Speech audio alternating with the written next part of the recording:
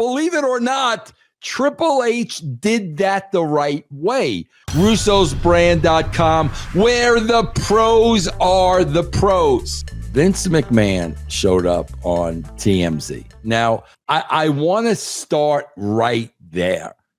I really thought for Vince McMahon to show up and do any type of an interview, Stevie, I saw TMZ as a weird choice. Now, I'm sure, bro, obviously there is probably some connection between Ari Emanuel and what's his face? Harvey Levin. To me, like, you think of TMZ, like you think of National Enquirer, you think of paparazzi, you think of gossip. I mean, that's what TMZ is. Whereas, I'm sure when Hogan passed away, Vince had offers from media outlets and big news outlets and, perhaps CNN. I'm sure he had those type of offers. But the fact that he chose TMZ was very, very weird to me. So, Stevie, what do you take away from that, first of all? I'm going to start off on a humorous note. The first thing I couldn't take my eyes off of, because when I had the last home gym, we wanted to go to Amazon.com for those stencils with some motivational saying. Vince, for the 14th, and I got that from Amazon.com. That was just a stencil sticker thing. Did you notice that? That's where my eye goes to. I'm messed up like that. But I thought on both ends, Vince doing it, but also, and tell me if I'm wrong, this was probably the most fair and balanced and least sensationalized type of content that I've ever seen on TMZ. This was like a documentary type thing. Harvey Levin was very measured with the questions, let them talk, no gotchas or anything. Did you notice that, Ben, that it was very... I don't know, he gotcha on Triple H.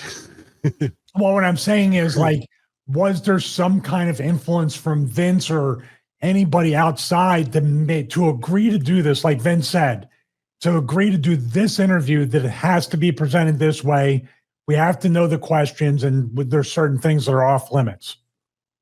Yeah, it kind of upset me because every other one of his interviews, he gets up in the guy's face and swats the papers out of his hand. So I was like, you didn't play out your gimmick of hating to be interviewed. Like, you need this one. He was measured. Yeah, that's where it started. Hogan. That's where it started. Harmon, Kazarian, right? Or whatever. Harmon. Yeah, and then to Real Sports, right? Yes. So, Ben, why do you think that was chosen for him to speak for the first time, TMZ? Oh, because this has nothing to do with wanting his point of view. This is, is everything all right out here? Can I come back into the light? I'll show you that I'm not a big creeper. I'm not an egomaniac. I'm not a this. I'm just an old man.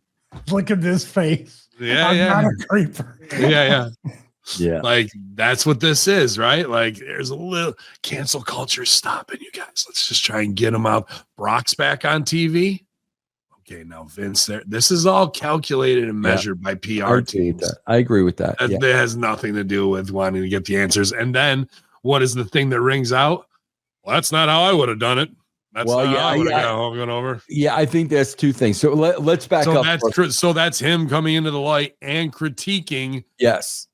The son-in-law. Let's back up to the first thing first, and then we'll get into the critique of Triple H. There were two telling things to me. Number one was the critique of Triple H, which we'll get into that in a second. But the first thing was him talking about being shocked and taken aback of not being invited to the 10-bell salute of Hulk Hogan on the show. So, Stevie, I want to ask you, with everything that's gone on and everything that's gone down, do you really think Vince was waiting on an invite to celebrate, Hogan's death with the 10 belt? Do you think in his mind of minds, he really thought he was going to get an invite to that?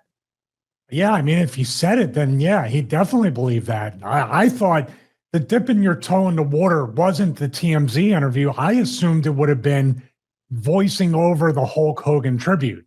Yeah. Because he's not seen the voices there. It's familiar. and who knew Hogan better than Vince. Yeah. This was like literally from 0 to 100. Like this was Vince McMahon was on air and interviewed and had more answers to the questions than anybody in this Hogan documentary. Yeah. So I don't know, but why he thought that they would invite him and come out and speak? Do you think that's still a little bit of, what would we call it, Ben? Detachment, that like, yeah, but still I should be there and I should be the person in front. That's my company, and Hogan and me were joined at the hip. Very strange. Yeah, I mean, they're going to want, especially a tabloid, Vince's take on it. You know what I mean? And then also that underneath, like nobody's talked to him for a long time, like to bring him out, of the woodwork to do that. And especially as Brock, as the first domino to like test the waters with. That's really what it was, So they didn't try and get him off TV double quick. Now let's roll out Vince just a little bit. So, but I think that's given his enemies ammunition. If I'm the lawyer for Janel Grant and all that, what does that say to me? They're comfortable. They're way too comfortable, dog. So now's the time to get ready to hit them again. And if they want to stick their head out in the light, that gives them a chance to play whack-a-mole and be like, can you believe these abusers are out here? Vince being back on TV further makes me believe aliens are on their way. Wow. Interesting. It makes perfect sense. The